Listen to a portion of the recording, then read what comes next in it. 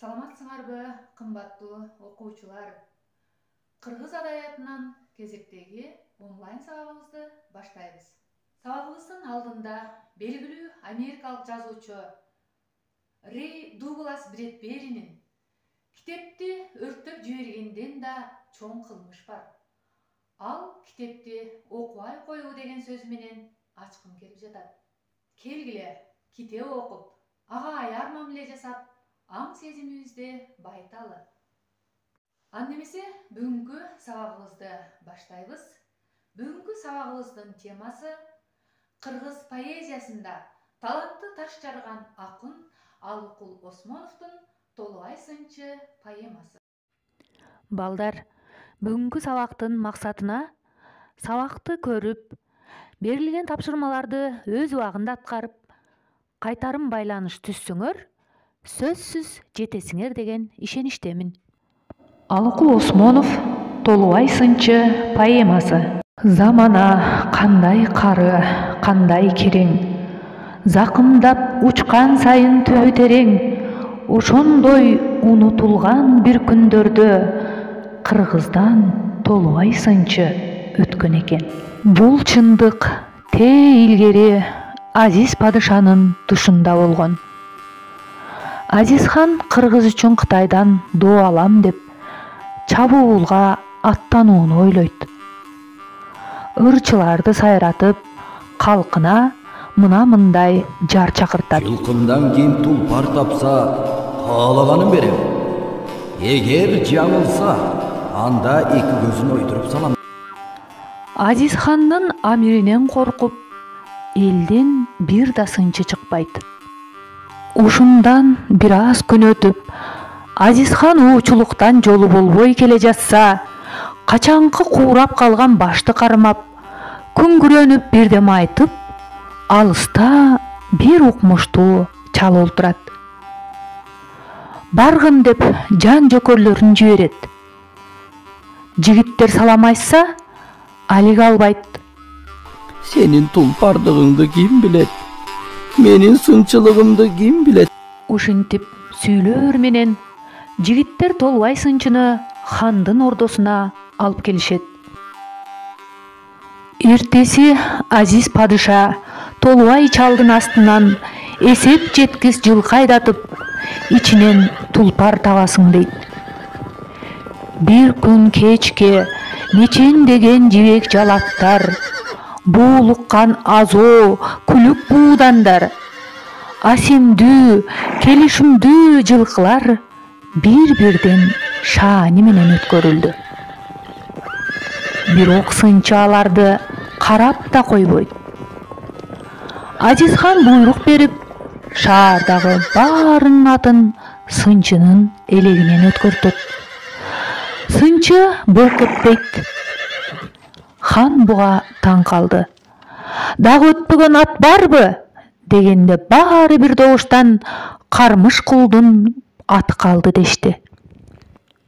Кырчаңгы, арык, ачка, эшек кейпи, кыбырап, сылтый басып, боз да келди.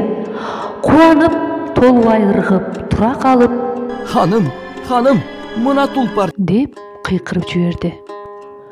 Азиз хан муну укканда калтырап, мени шылдыңдаганың үчүн деп сынчынын эки көзүн оюп салды. Бирок сынчы буга таарынган жок. Көзүн колдору менен басып, көзүмдүн куну үчүн ушул бозду мага бериңиз деп сурады. Хан ал дегендей белги берип басып кетти. Ошентип көп күндөр өтүп, көп суулар акты. Сынчы жаман бозду эч кимге көргөзбөй жер түбүндө бакты. Чалыкпас, чарчабас тулпар кылып 41 күн болгондо минип чыкты. Жолду көрбөй калам деп кемпирин алдына алып, өзү учкашып, сейилден кайткан хандын алдынан чыкты. Сынчы: ханым, баягы жаманчар атка жигит болсоң жетип ал эме, деди да кемпири аттын оозун кое берди. Хан ыза болуп, жигиттери менен кубалап олтуруп, бирок жете албай алыстап кала берди.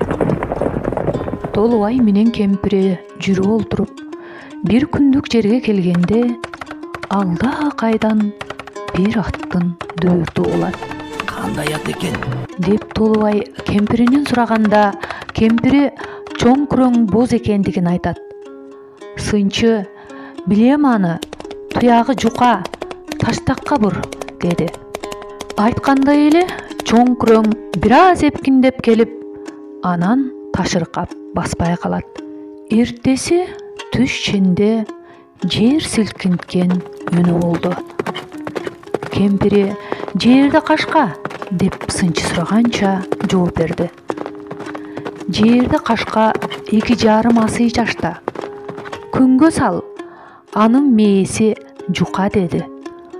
Кемпири тизгинде күнгө тартып жөнөй бергенде, жерде аттын мээсине күнөтүп, алда кайда кала берген экен.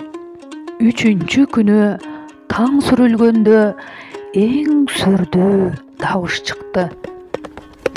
Бул Азиз падышанын өзү жерде аты менен эле. Анда сынчы жибек көкүл чын тулпар. Бирок ага мактоо жакпайт. Ошондуктан аттын башын ханга тарт. Мактоо салайын дейт кемпирине.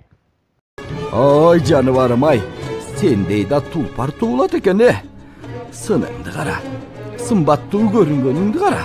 Не деген тулпар?